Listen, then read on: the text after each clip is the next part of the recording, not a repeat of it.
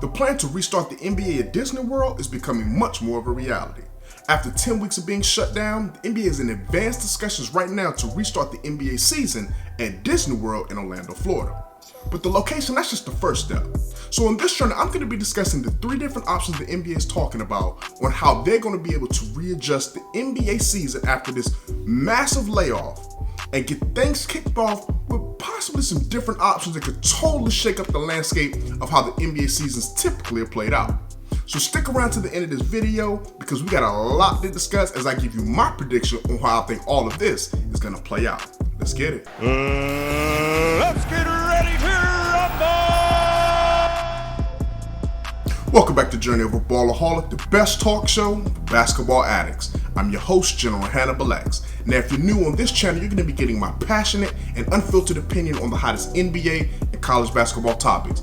Listen, I'm a ballaholic. Now, if you're a ballaholic like me, go ahead and hit that like button. Make sure you subscribe to the channel, but be sure that you tap that notification bell so that you'll be updated whenever I drop new videos, which is every Monday and Friday at 6 p.m. Eastern Standard Time. Now, let's go ahead and get this video kicked off, but before we do, as always, go down to the comment section for the comment of the day. Let me know, what kind of format do you think is being discussed you think is going to be the best option for the NBA to resume? Okay, so first let's outline the 3 different options that the NBA is considering trying to resume the 2020 season. Then we'll be able to kind of look at which one of these options makes the most sense, which one will allow the players to get in adequate shape so they can continue to play basketball on a high level, and then ultimately we can crown a 2020 NBA champion. Okay, so the first option will be for the NBA to keep the current standings just as they are, also keeping the current playoff format that we've had, keep that intact. That will set up a situation where you only need 16 teams, those playoff teams, to come and travel to Orlando. All the other 14 teams will be able to stay at home in their stay-at-home places in their respective states. I think that has advantages and disadvantages for certain teams. For instance, teams like the Lakers and the Bucks, who will be the number 1 seeds, they will be able to have an easier first-round matchup going up against the Memphis Grizzlies and the Orlando Magic, which means it's going to be a better situation for them in comparison to teams like, let's say, the Clippers and or the Boston Celtics, who their first-round matchups could possibly be the Dallas Mavericks and even the Philadelphia 76ers. So I think there's advantages and disadvantages, but that will be the first option that they're kind of putting on the table is no regular season games, jumping right back into the playoffs. Now, the second option, this is a much more interesting option. Now, teams have been discussing a playoff reseeding of the 16 teams that will make the playoffs regardless of conference. So this is basically going to be going off their records, seeding the playoff teams 1 through 16, and that's going to give you some really interesting matchups when you have that kind of cross-conference setup. But then you have another option they're discussing, which is called the Playoff Plus idea. This is going to expand the playoff teams from 16 up to 24 teams. What that does is it gives those lottery teams, those young scrappy teams like the Pelicans, it gives them the incentive to kind of play the season as they would have a chance to not only make the playoffs, but they could almost set up like a NCAA March Madness magical type run where you just kind of come in as one of those last teams in and just make a deep run into the tournament. Now, however, you got teams like the Golden State Warriors who've only won 15 games, and any of these options that have been discussed, it still wouldn't give them a realistic chance to make the playoffs. And it kind of makes you wonder, what kind of incentive would they have to play at all? Well, see, that's where the money comes into play. Now, keep in mind, every team has a financial incentive to play at least 70 games. That way they honor their their local TV deals. Now, not to mention that you got to consider the salary cap for next season, which is directly impacted by the TV revenue that they generate from this year. So trying to keep the cap from falling from, let's say, $120 million for the team down to $70 million, some of those non-playoff teams, they still need to play this year just to keep next year's paychecks from plummeting. I mean, a player who's making $30 million could be making $15 million next year if that salary cap jumps down. So let's keep in mind that even if you expand the playoff field, you have to add in the third option. Now, this would allow all the teams to play up to either 72 or 76 games. So for instance, the Lakers, they've played just 63 games thus far this season. So they would have to play between 9 and 13 games before the playoffs will start to get to that 72 and 76 mark. While you look at a team like the Milwaukee Bucks, who've already played 65 games, they would only have to play just 7 to 11 regular season games before the playoffs will start for them. So there kind of once again gives advantages and disadvantages for certain teams.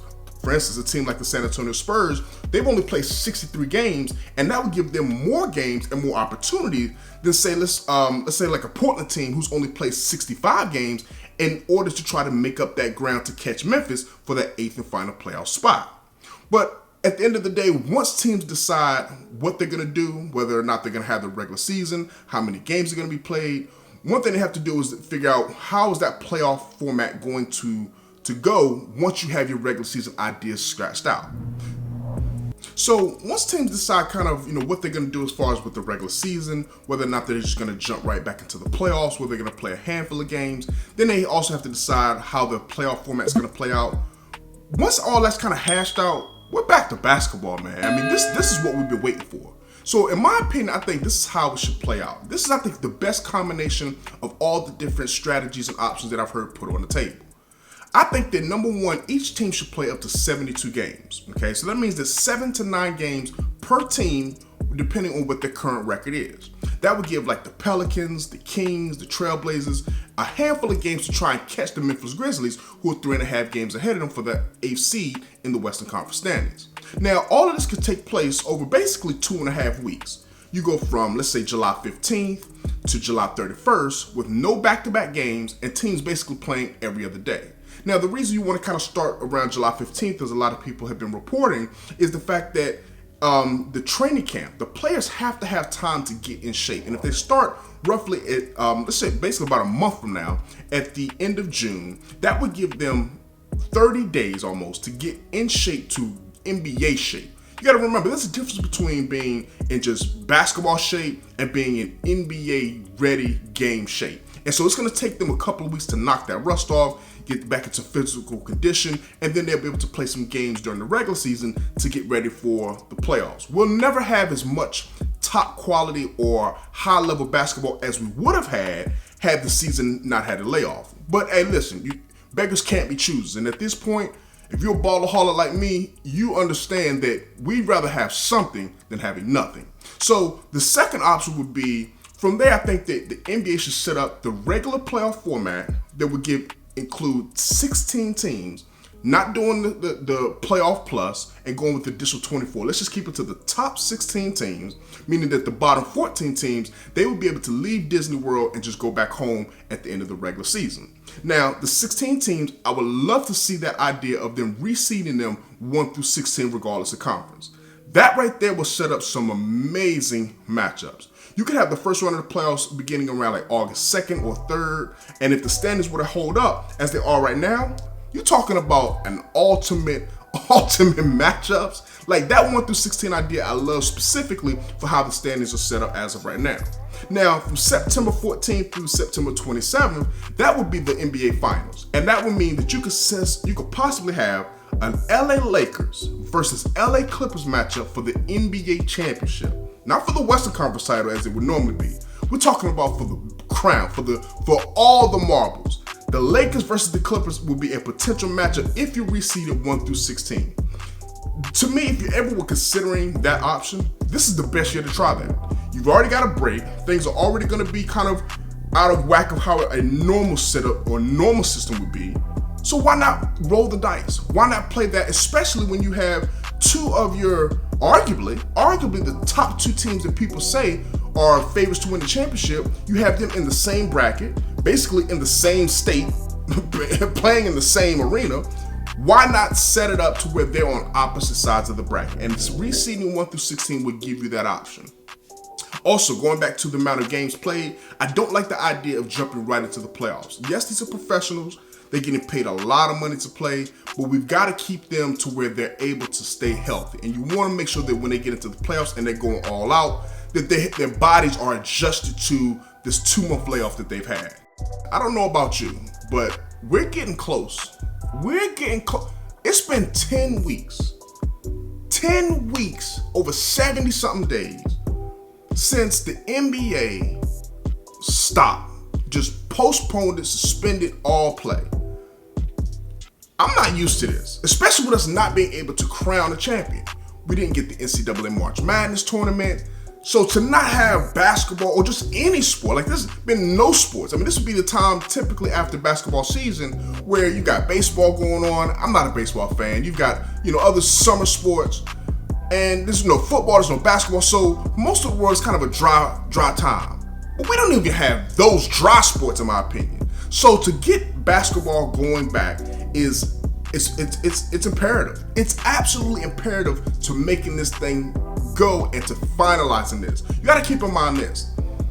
Sports like hockey, sports like basketball that kind of started their seasons off but weren't able to finish their seasons, you can't allow those sports to go incomplete.